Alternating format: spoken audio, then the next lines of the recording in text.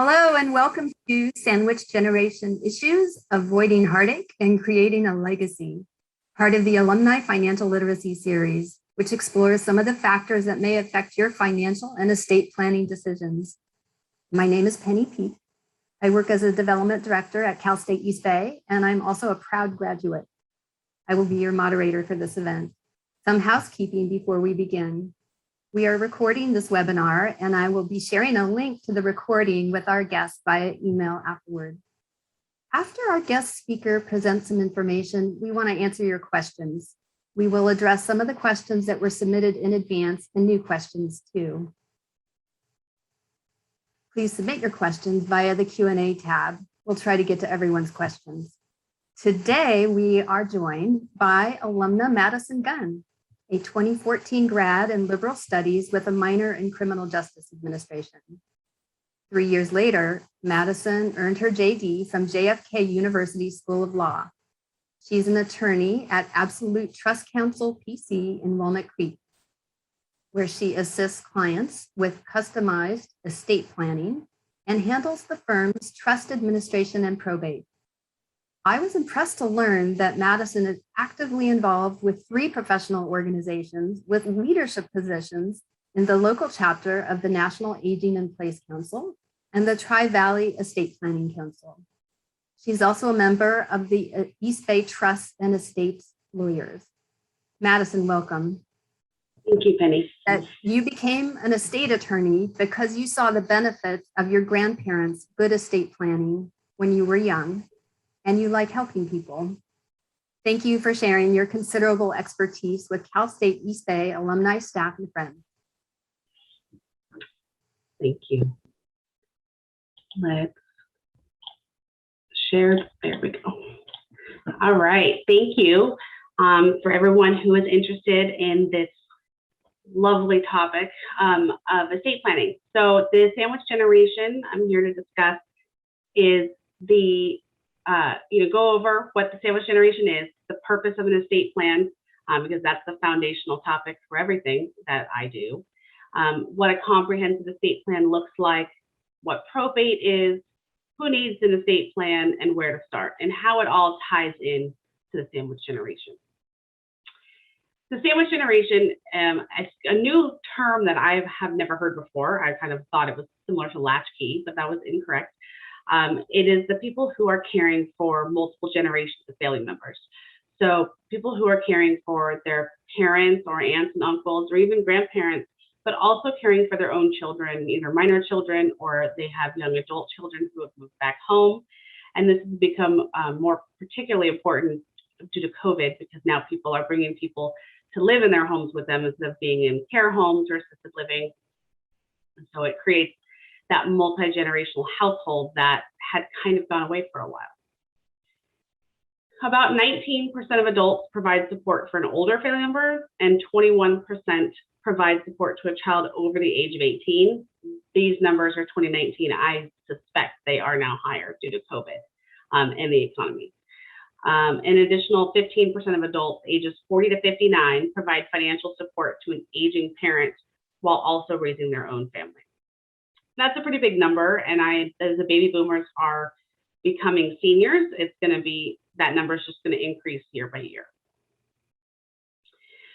So an estate plan is what everybody should have. It covers both death and incapacity, and this is something that is good for both financial literacy in terms of, making sure you have everything organized, but also making sure for your kids or your parents or, whatever generation you are in this sandwich, that makes things easier on them during the grieving process. You don't want, or any incapacity. If they're caring for you, we don't want to make things more difficult than they already are.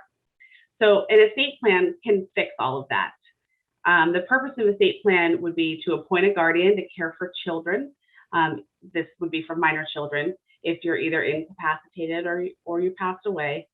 It appoints a person to make medical decisions for you if you're incapacitated, appoints people to make financial decisions for you if you're incapacitated, plans for distributions of your stuff after you die, so you have control over that to an extent, and to minimize costs taxes, and time, frankly, for your family members.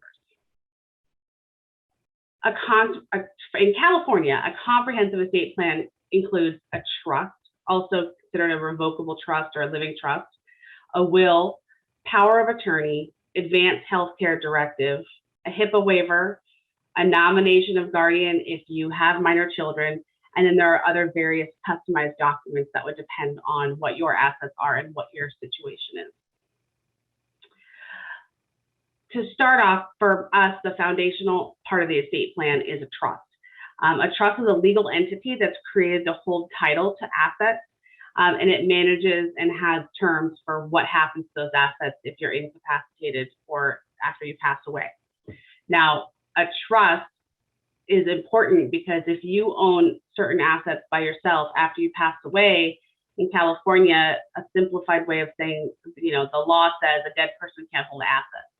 So some items can go to your spouse if you held it jointly, but if you held it just by yourself, you can't own that asset anymore. So it would have to go through what's called a probate process, which we'll get into.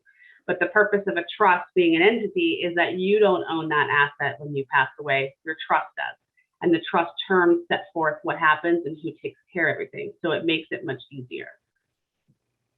A part of your estate plan is a will. There are two types of wills. There's a pour over will that goes specifically with a trust. It essentially leaves everything to your trust and is set up to mimic your trust if for some reason the trust fails. And then in addition, there's just a standalone will that somebody might have if they don't have a trust. They just have a will that says where everything goes after they die. That will is still subject to probate in California, meaning it has to go through a court oversight process. So it's that standard, a will is not enough in California, depending on what your assets are. It's always very fact specific to your situation. A durable power of attorney is a really important part of a comprehensive estate plan. This is a document that appoints someone to access your bank accounts if you're incapacitated. Everybody, I'm sure, has seen the news about Britney Spears' conservatorship because she was unable to manage her affairs, and her dad filed for a conservatorship on her behalf, taking away her rights, and he manages her finances. You don't want that, and your family members don't want to do that to you. So having a durable power of attorney in place can allow you to avoid all of that court process. It's also important, if you're in the military and you go overseas, that you have a power of attorney executed so your family can, help do your banking stateside. It's also good for kids going off to college to have that stuff executed so that the parents can still help out. And so a power of attorney, you can sell a house with a power of attorney, access retirement accounts, Social Security, all the things that you might need to do caring for somebody that you wouldn't be able to do normally. Even if it's your spouse, you still can't call Social Security on behalf of your spouse or their 401k or IRA. You have to have that power of attorney. An advanced healthcare directive appoints your healthcare agent or someone to make healthcare decisions for you if you're incapacitated. And it also provides direction to that healthcare agent. So in some states, and what used to be, there were two documents. One was called a power of attorney for healthcare, and one was called a living will. The power of attorney named the agents that you wanted to make decisions for you, and the living will named your directives, what you wanted. Do you want life support? Do you want artificial hydration? All the fun things you don't want to think about. California has combined them into one document, so that's all in one document now. And there are a few other documents that can be handled with your doctor, such as a pulse or a physician's orders for life-sustaining treatment. That kind of goes hand in hand with a typical DNR or do not resuscitate. That is more specific than your advanced healthcare directive. And that's something that's done with your doctor, not your attorney. A Hipaa waiver is that ubiquitous privacy laws that were enacted in the early 90s by Congress, and it is a federal law. So doctors do not like to give out medical information without a Hipaa waiver. They don't want to violate your privacy. So a part of a comprehensive estate plan, if you're going to have an advanced healthcare directive, you would want a Hipaa waiver so that your healthcare agents can get access to your medical records and make informed decisions. And then another document that's great for your estate plan is a nomination of guardian. This would be if something happens to you or you and your spouse, you name who you want to raise your children. And there could be temporary guardianship, permanent guardianship, and then you can also provide letters of instruction, about your child or how you'd like them to be raised. There are additional documents that you could have depending on what your assets are, and that would be gone over in a comprehensive consultation with an attorney. But like if you own businesses, you'd want to make sure that they're titled correctly or there's a succession plan in place, things of that nature. Now, I discussed probate and how we want to avoid probate at all costs and how it's such a pain for your family. Probate is two things.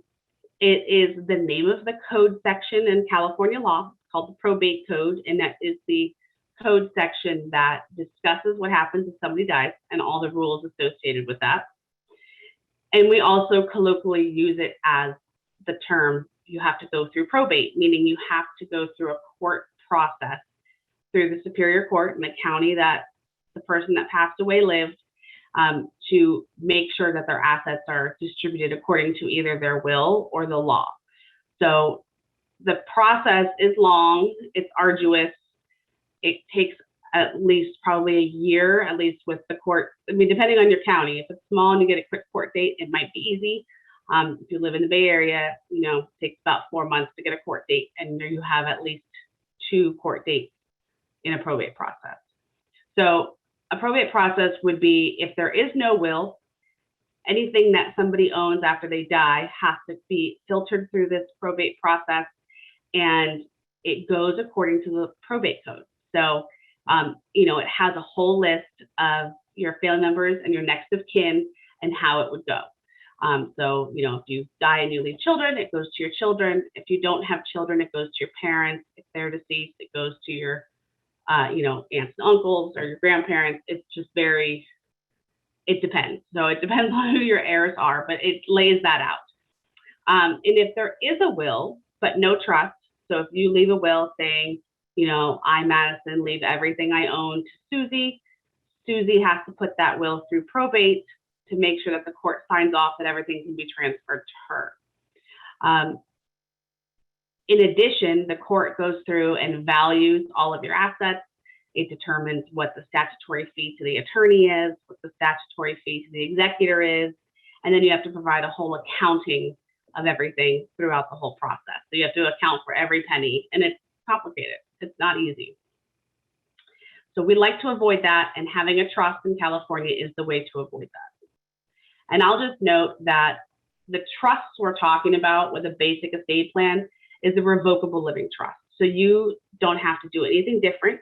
You just retitle your assets. You file your taxes normal under your same name and social security number. You don't have to gift anyone any money. You still have complete control. You can still go to the ATM. You're not giving anything away. You're just changing the character of the asset a little bit. Okay, who needs an estate plan? Why are we here today? So the parents of the sandwich generation need an estate plan. If you're caring for your parents, do your parents have an incapacity plan? How are you going to keep caring for them if they become incapacitated? Have they named a power of attorney or a healthcare agent? Do they have an estate plan in place for their assets, whether that be a full trust and will, or do they have some sort of succession? If all they have is a bank account, you can list beneficiaries on the bank account. That is a way to avoid probate. It doesn't give you any control, but it avoids the probate. Do they have all of that? Because it's going to be difficult if you have mom or dad living with you and you all of a sudden can't access their money to pay their bills. If you have to pay a caregiver and you can't access dad's brokerage account, how are you going to do that? And the only way to do it if you don't have that power of attorney or it's not a trust asset is to file a conservatorship. And I know I mentioned with a probate that there's statutory fees involved. With a conservatorship, it is hourly rates that the attorney charges.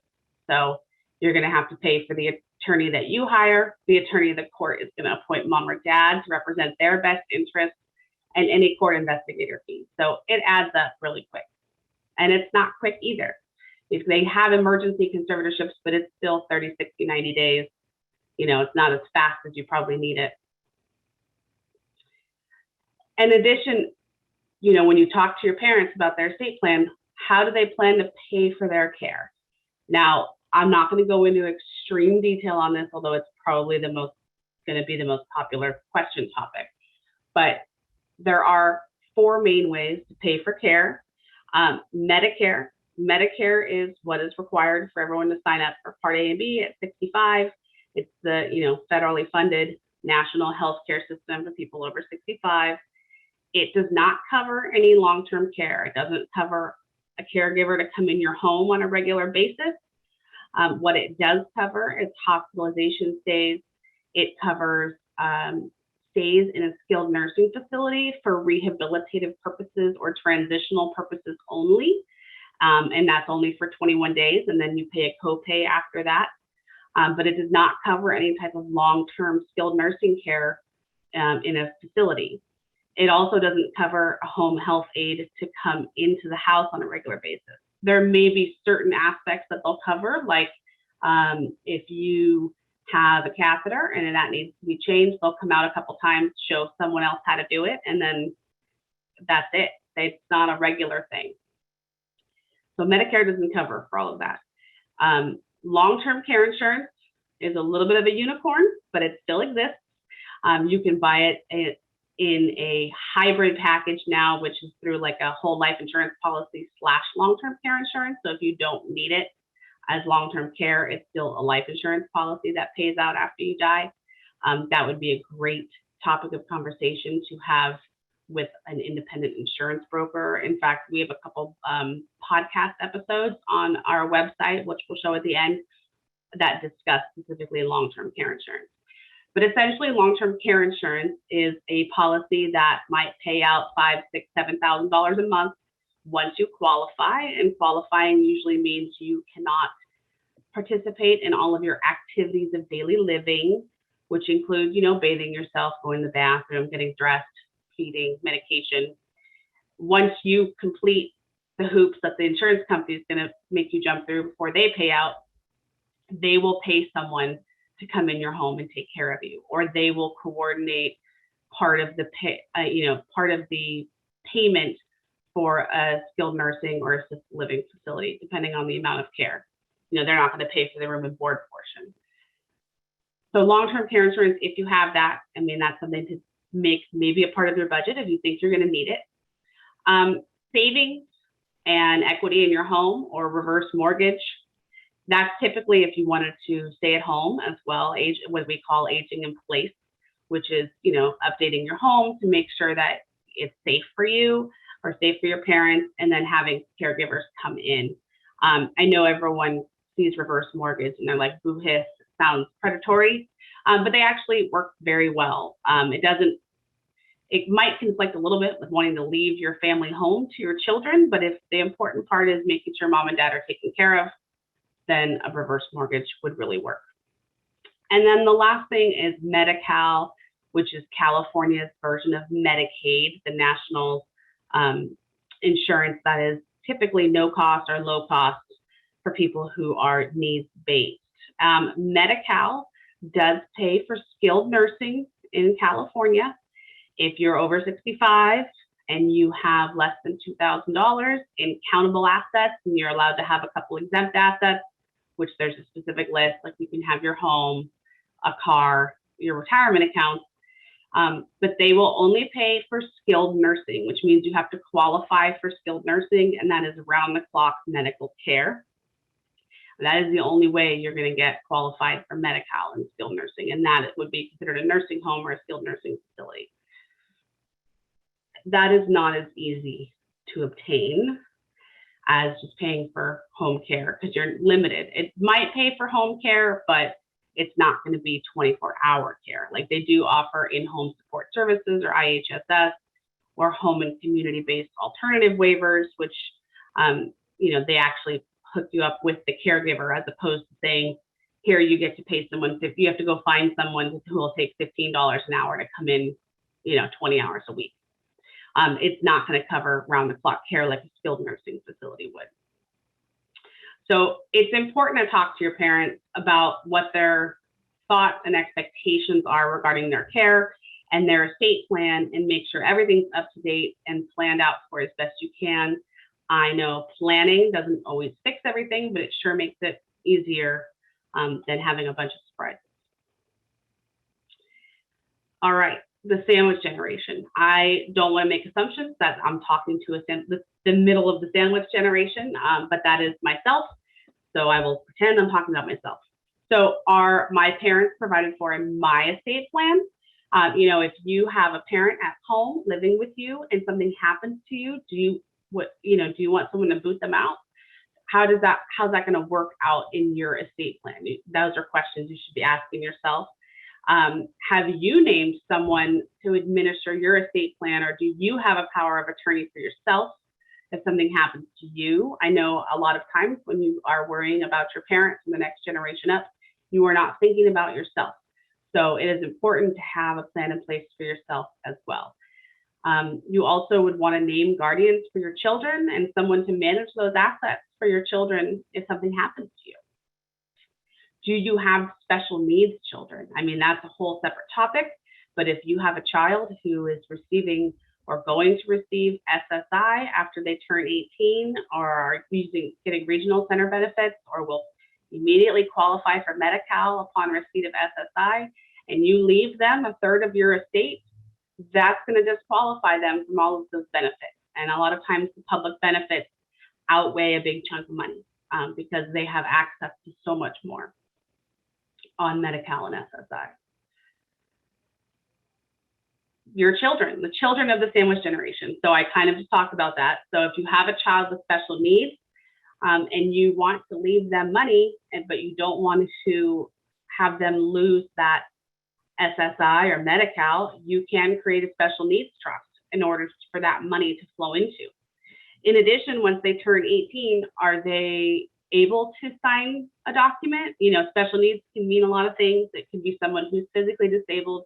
It could be someone who's intellectually disabled. It can be someone who has capacity or doesn't have capacity. And if they have capacity, I would put them into the lower category on the screen regarding that they should execute an incapacity package. If they do not have capacity, when they turn 18, you can't make medical decisions for them anymore. You are not going to be able to do their banking for them anymore. You're not going to be able to sign contracts on their behalf. So you're going to need to get a conservatorship over them. And I know, I discussed how difficult a conservatorship is. Sometimes it's just required. If you have a special needs child that is not going to have any type of capacity upon the age of 18, a conservatorship might be your only option. And it's not as difficult with children as it would be with parents, where you have to notify all their relatives to the second degree and people argue over who it should be. When it's your child, they're not going to appoint someone over the parents typically to be their conservator. So it's not as arduous of a process, but it's still a process. And then adult children. If you're taking care of adult children, meaning they just turned 18, they're still being cared for. Are they going off to college? They should have a power of attorney, a healthcare directive, a Hipaa Waiver, presumably naming you as their parents to be able to handle their finances or make medical decisions in case something happens to them. And that should be brought off to college with them, copies at home with mom and dad, so that, if something happens, then you can contact them. I know they have emergency cards, I'm sure, in college, like they did in elementary school and high school, but this is a legal document more so than a handwritten emergency card. Where to start? So I think it's very important to communicate, over communicate, ask questions, talk to your parents. Do they have an estate plan? Have they planned for what type of medical care they might need? Do they have any diagnoses that is going to cause a certain amount of care? Is it degenerative disorder? You can talk to an estate planning attorney, make sure their estate planning documents are up to date. You can plan for Medi-Cal. That is something that you can plan to do. As attorneys, we love to help people. It is very difficult to help people during a crisis call. So the more you can plan, the better we can help. With crisis calls, it's an emergency. mom's in the hospital. I don't know where to put her. Is she going home, skilled nursing? What will they take Medi-Cal? What do I do? It's a lot easier for us to plan when you have the time to gather all the information we need to help you, rather than in an emergency where you might not be able to provide us with all the information we need. Do you have an estate plan? Does the middle part of the sandwich generation have an estate plan? If you do have one, you'd want to review it with an attorney to make sure that your current situation is up to date. Does it cover parent planning care for your parents, for your children? Have your children aged out to where you want to make them your agent at some point? Have you provided for your parents? Are you going to? If you don't have an estate plan, it's a great time to create one. There's always a good time to create one. With COVID, I think everybody got a little bit scared about, mortality. It's just something that is a thing, and you have to deal with it even if you don't want to. No one wants to. Does your child have an incapacity package? I think that's a great graduation present, although all the 17-year-olds are going to be mad that I said that, because who wants that as a present? But it's great, and it's good peace of mind for you as parents. A big warning I like to say, and this was a couple of the questions we received in advance, is about going on LegalZoom or NOLO Press and just filling out your forms. I know I'm an attorney and this is my profession, but my advice is always going to be don't DIY. Most professions, law, taxes, they're always going to say don't DIY. It's way more expensive to fix on the back end than to pay someone the money up front to do the work for you. So California does have a statutory will, a durable power of attorney, an advanced healthcare directive that you can all download and complete yourself for free, other than the cost of a notary. However, there is no ability to customize the documents, and there is no attorney reviewing those documents.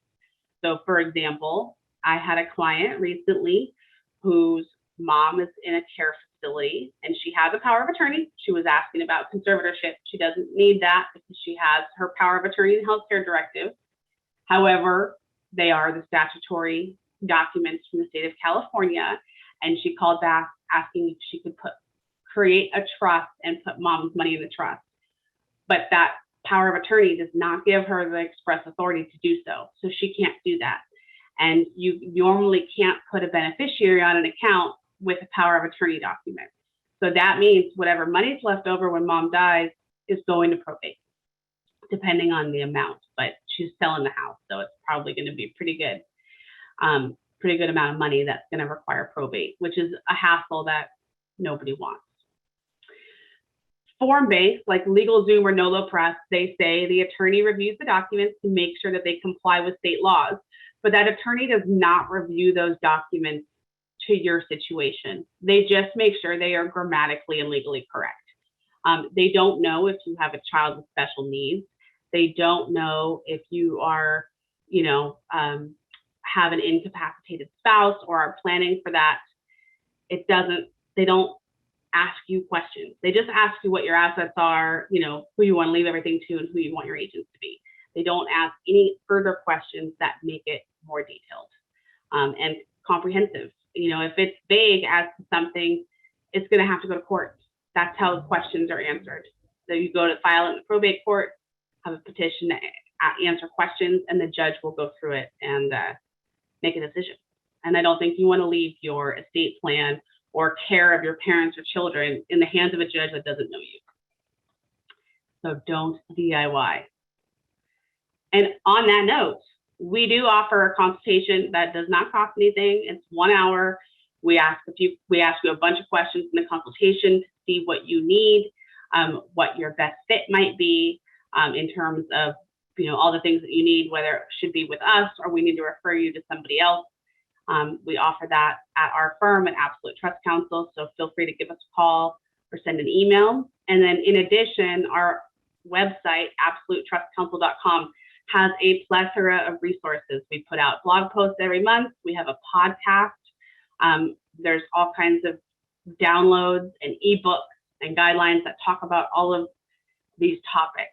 So it's, it can't hurt to do some light reading and ask some questions and see what you might need. Thank you so much.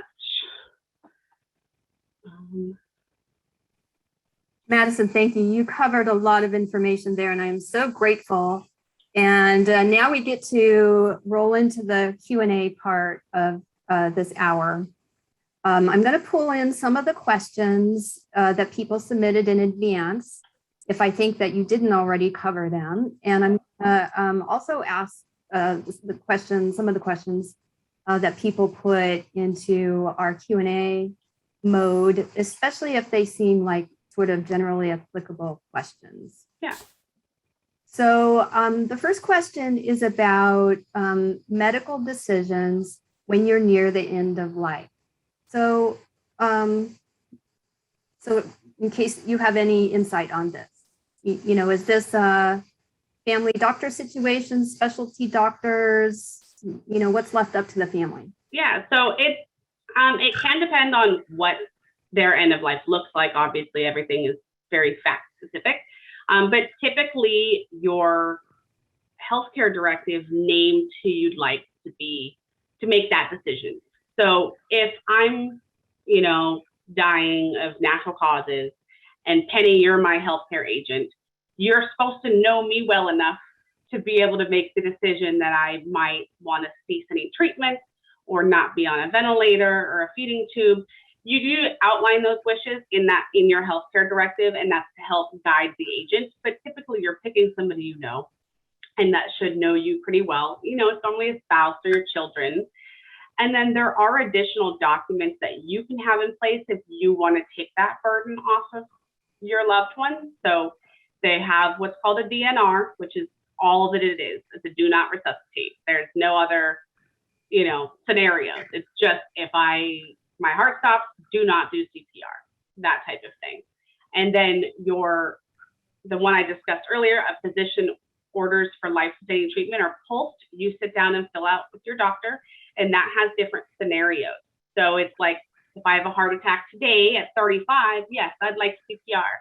If I am 99 and I don't know who my kids are and I have a heart attack, no, please don't resuscitate me. Something of that nature, and you fill that out with your doctor, and it's on file with the hospital. And if anyone's ever experienced it, it's a hot pink piece of cardstock that's on the outside of your hospital room, or it's on the fridge in your home, because paramedics apparently know to look there. I would have known that, but somebody did advise me of that. So they do know, you know, so that they don't, you know, because sometimes that can cause more harm than good too. You know, if you're old and frail and someone does CPR, you're coming out of that with some broken ribs, and it might not be worth it, you know, to be suffering all the time. So you do have options to do that. But typically in a general situation with just the healthcare directive, it's the agent that you name that gets to make those decisions. Okay, that's super helpful. And I'm aware of a situation with a friend who was so grateful for those documents when it came time to make decisions for a family member. Yeah, people they don't like to put that on their kids, I don't think. Like, yeah, right. So colloquially, right, pull the plug. They don't want to have someone have to make that decision a lot of times. Yep, it takes some weight off of those decisions. So this next question is about if a person dies without a will, so how and when do the survivors start probate? Like, what does that look like? Yeah, so they can start it right away. I mean, it's really in our world, the thing that you're always waiting on is a death certificate. Once you have that, then you can do everything. For probate in California, there's a threshold. So if all of the deceased person's assets added up are more than $166,250, they have to go through probate. If they're less than that, you can sign what's called a small estate affidavit, essentially swearing, you know, that they have less than the amount for probate, and a few other items like 40 days have to elapse, and that, you know, the person that's signing it is their next of kin, you know, or who it's supposed to go to. Typically where we see that is someone doesn't put something in their trust, and then they have to do a small estate affidavit because there's one account floating around out there. But if it's just somebody dies without any documents, it would either be that small estate affidavit or they have to gather everything for probate. And typically you file with the court. You don't have to know what they have to file with the court. You just do that. You get what's called letters of administration or letters testamentary, sometimes they call it. And then that is your golden ticket from the court to be able to go access everything. And then from there, you go compile a list and go through the whole court process. And typically, you would want to be someone who has standing, meaning you are a family member, to go file that probate. Or it can be a friend if there is no close family. I mean, it doesn't have to be family, but it's not going to, a friend is not going to be a beneficiary if there's no will. Okay, thank you. I find probate a little mysterious because I've never talked to anybody about that process. So thank you for clarifying. Yeah. I'm going to switch to a question that was submitted earlier. If you want to make a relative a beneficiary on your bank account, you know, what's involved in that? Yeah, so typically that's called a POD or a TOD account. So a pay on death or a transfer on death account. And most every bank or financial institution, whether it be a checking account, savings account, CD, brokerage account, whatever, they all have beneficiary designations available, and you would just go into the bank and talk to them about that. And then they will each, unfortunately, I can't advise specifically because every single financial institution has its own rules, paperwork, and procedure for that. But if that happens and you, put your, best friend as your beneficiary on your bank account, when you die, that goes to that person outright and it's theirs. But there is no procedure in place if that person dies before you or if you become incapacitated. So that's the downside. Yeah, got it. Okay. All right. So if you don't have an obvious person to become your legal representative, such as your power of attorney for finance and medical decisions, who do you choose? How do you do that? That's a great question. So there are a few options. If you don't have a close friend or a family member that you would trust, because you obviously have to throw the trust in there. You might have friends and family, but that doesn't mean you want them to be in that position.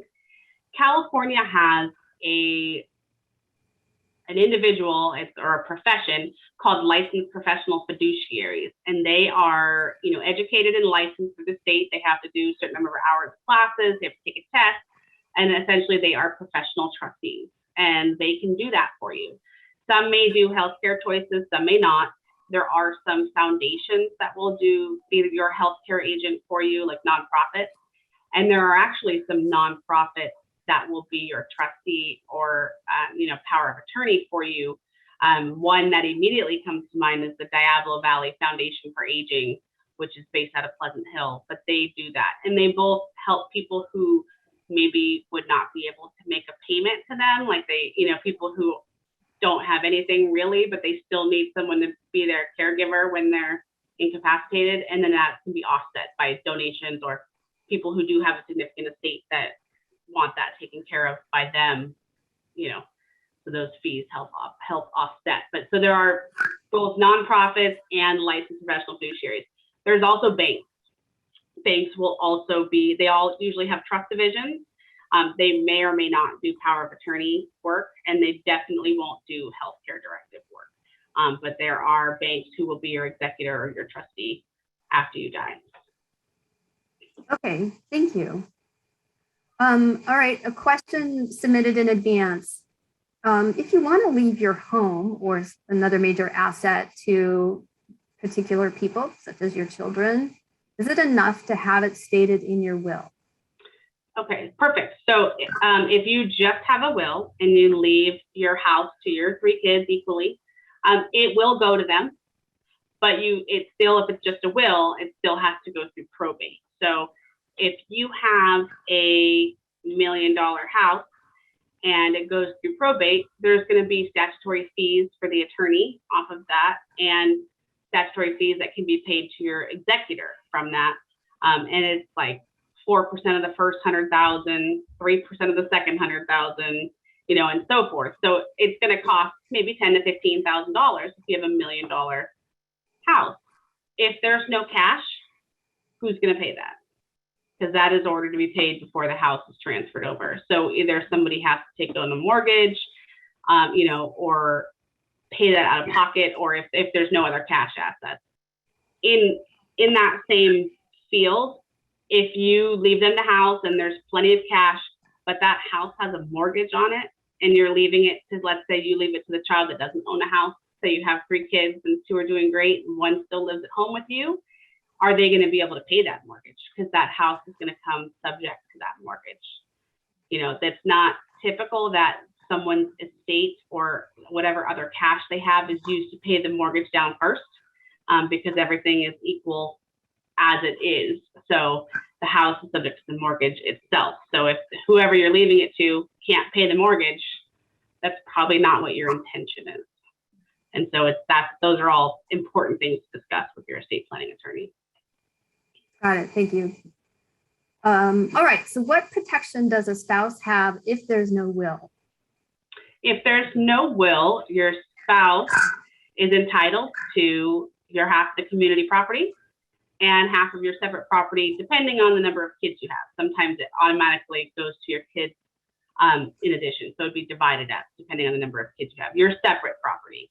If you've been married for 30, 40 years, you probably don't have separate property. You've probably commingled everything, and that's a whole other topic. But in a nutshell, community property is everything that you have acquired or earned from the date of marriage to the date of death or separation, depending on how you're looking at it.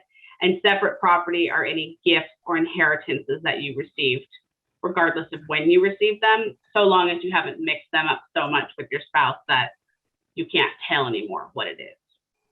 So it's something that if a spouse passes away, typically the other spouse gets everything. But that doesn't mean there isn't a probate involved if there's no estate plan. So it just kind of depends on the individual facts of the situation. Okay.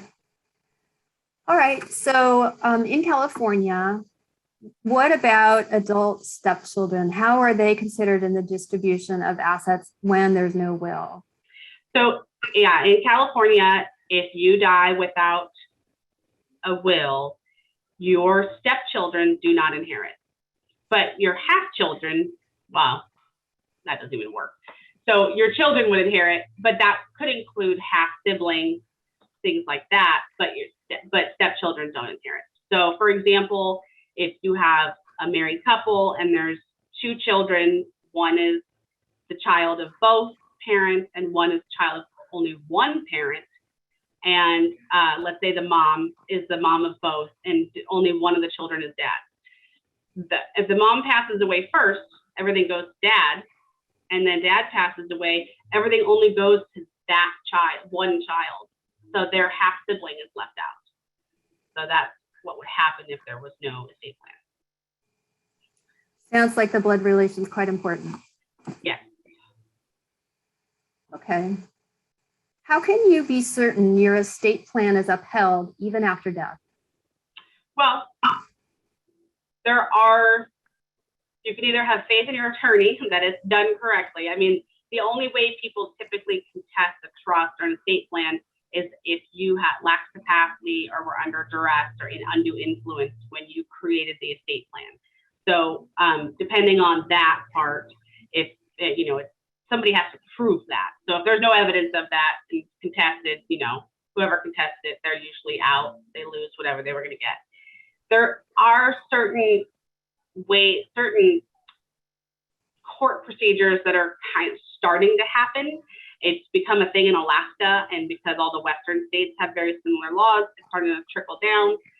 But some people have taken their estate plan, their will and trust, to court to have it approved ahead of time, like to have a judge sign off on it while you're still alive, and then presumably as long as you haven't made any changes between then and death, it's already been, no one can contest it any further because they've already received any notice required during that time. So that is something that I don't know how foolproof it is. It's very new, but that is something that some people are doing. And just to confirm, that's in other states, not in California? It's become okay in Alaska, and people are testing the system now in California to see if it's going to hold. I mean, it happens, the judge signs off, but we don't necessarily know what happens if the judge signs off and then after someone dies, someone files a petition in the court to contest it. We haven't gotten that far yet, right? Like you still have to wait for everyone to die in order to see if it actually works. Oh, okay. So, thank you. Yeah. That's helpful. So There is a way of holding property that's called joint tenancy with right of survivorship. So if that document is already in place, you need a trust or a living trust? Yeah, so if you own a house with your girlfriend or boyfriend in joint tenancy with right of survivorship, if one of you passes away, yes, the survivor receives the house. And it's not a problem. You just file an affidavit to remove the deceased person's name off the house. However, that only works right there. It doesn't work if something happens to both of you in a short period of time, and it doesn't work, when the second person passes away. Then there's, it's going to go to probate if there's no estate plan. So it only works, when one person dies on the title. And there's multiple. You also have to plan who dies first too. Sorry to be about that. Yeah. Especially if it's like with your parents or your kids and you're on title, like if that's not planned, that if people die out of order, that does happen on a regular basis. Not that anybody wants to plan for that, but that's the beauty of estate planning. You can plan for the accident tomorrow and you can plan for old age and everything in between. So it covers everything. Whereas a lot of these beneficiary designations or joint tenancy, they only fix very small slivers of the estate plan problem. Okay. So what about if parents and children live in different states? Which states are the important states for these legal documents, the power of attorney, Hipaa Waiver, health? Yeah, so it's going to be the state that you live in as the documents that you want to make sure are valid for you. So if you live in California, you want all your documents to be California compliant. If you move and you change your residency, you should want to make sure that those documents are current to the laws of the state you move to. You can also, if you're visiting or you do 5 months on, 7 months off, the state that you live in, they'll accept the documents in other states. We have that whole, the states honor each other's documents. But if you're moving somewhere and changing your residency, you don't want to take that chance. But in terms of everything else, it should always match your residency. And sometimes people have sets in both states. So we have plenty of clients that, snowbird in the South in the winter and come up here for the summer, and they have a set of documents in Arizona and a set of documents in California. And as long as they match and we don't have multiple wills floating around, you're fine. That's for healthcare and power of attorney. And what about if you move to a new state out of California, do you need to update your will and trust? Not typically. You don't have to update your trust because that can still hold property in all other states. The only thing a trust can't hold is foreign property. Your will, you would want to make sure that it's compliant with that state. Every state has different compliancy laws. And by that, I mean, some require your signature to be notarized, some require 2 witnesses, some require 1 witness, some require a combination of both, and every state's a little bit different. So they just need to make sure that the will itself is compliant with their execution laws. But the will, if you have a trust, the will is just going to say, I leave everything in my trust. So the content isn't as important as whatever the rules are in terms of signing and dating it. Okay, thank you. So going to a question that was submitted in advance, what about if you have assets in another country, how do you protect them? Yeah, so in that case, you would need to consult with an attorney or a solicitor in that country because your American estate plan is not going to cover foreign assets, and every other country has their own estate laws. Mexico, they have a full-on probate system like we do here. In some countries like Italy, I've seen where they have a land registry where you list all your beneficiaries to the land, and it's just this ledger, and they do it that way. But what's important too is that in other countries there are heavy taxes on inheritance. The European Union's like 35-40% inheritance taxes. So that's all stuff that would be planned for with an attorney in those countries. Okay. So one guest is asking, what is the amount limit on a pour-over will, and what's the benefit of this kind of will? Well, there's not an amount limit on a specific type of will, but a pour over will is used in conjunction. Well, okay, so maybe there is. It's used in conjunction with a trust, and it's there to make sure that anything that's not in the trust gets poured into the trust. And that limit is that probate limit, that threshold. So the will can pour over up to $166,250 into the trust. If there's more than that, the will doesn't work without a probate. It has to be probated. If it's less than that $166,250, you can do the small estate affidavit with the will and just get checks from the bank and put it in the trust account. If it's more than that, it has to go through the probate process. Got it. Okay. So let's see. Where does the power of attorney document have to be signed, in the state where the principal lives or where the attorney in fact resides? You can sign it anywhere. It doesn't have to be signed in a particular location. It just has to be compliant with that state's laws. So it has to be a California power of attorney or a Nevada power of attorney. You can sign it in England, as long as it's notarized and done in that way. That doesn't matter. In fact, I've had documents that we've done that are notarized in India, and they're fine. It doesn't matter where they're signed as long as they're notarized properly. Okay, that's great. So there's a question about appointing a guardian who is not native for native children, and will that be a problem for ICWA, which has been defined as Indian Child Welfare Act? You know, unfortunately, I have not had to deal with the Indian Child Welfare Act. I am aware that that involves adoptions. I'm not sure how that works in terms of guardianship. So I don't want to mislead anybody with that answer. So that would be a good question for someone who handles that type of law, which would be a family law attorney would handle the guardianship. Even though we do nominations for guardianship and estate planning, we wouldn't be doing the actual petition for guardianship, because you do get to sign a document saying who you want to be guardian for your child, but that document's only as good as the judge signing off on it.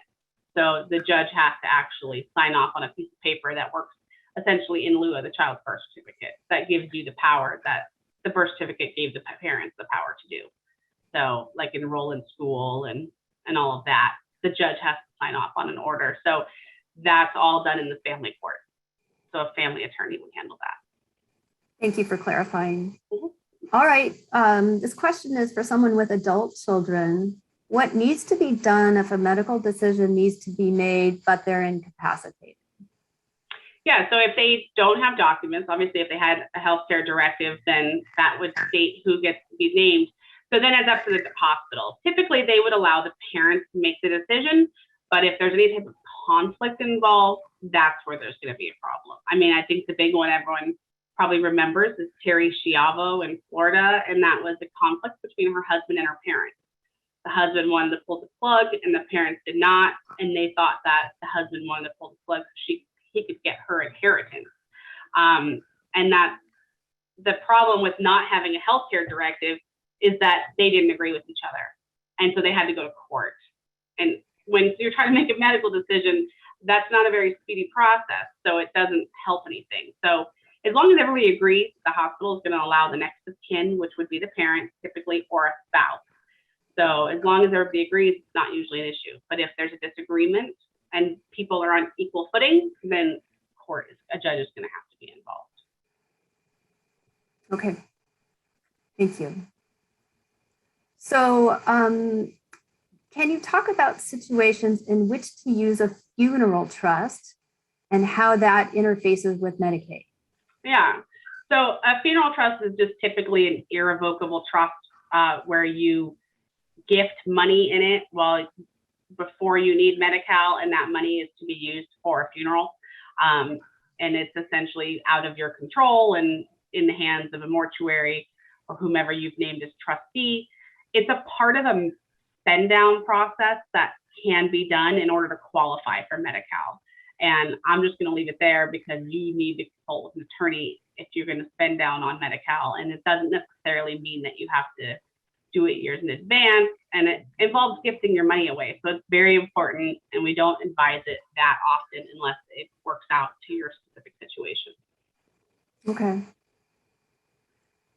Is it possible to leave a house to a child or a grandchild in a trust in such a way as to protect it from sale and or divorce distribution to her future spouse? Yes, you can. You can leave anything you want to children or grandchildren in what's called an asset protection trust. Typically, it's held in a separate trust for their benefit.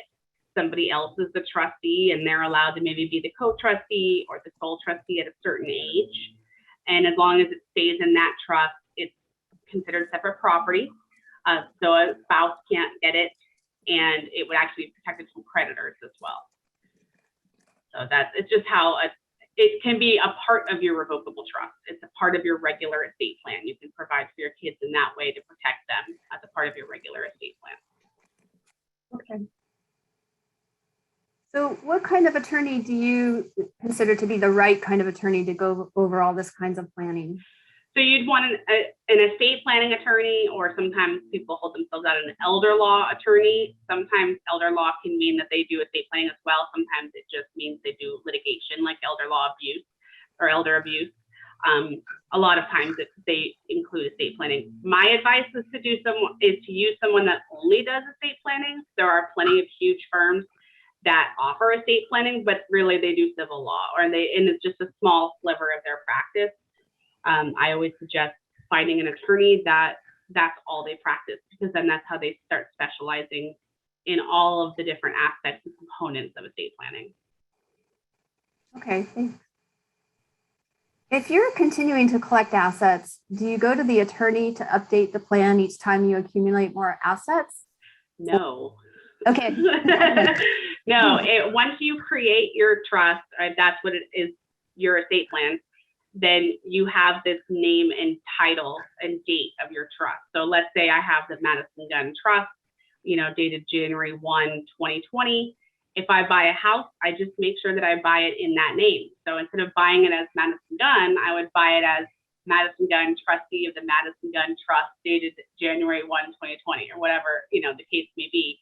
And that means it's in your trust. So it's all about matching title. Same thing if I went to Chase and opened an account. I wanted to make sure it's a trust account on their end, which is you talking to the banker, and you give them the name and information for your trust, and they do that for you upon the acquisition of an account or the house or an asset.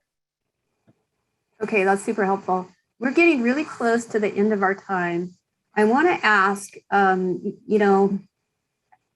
much does this cost to have estate planning done? So that's a very fact-specific question, and it completely depends. And that is why we do the free consultation. You get to meet with an hour or so with an attorney. We go over everything that you have, your family situation, and then we can usually quote a flat rate for that.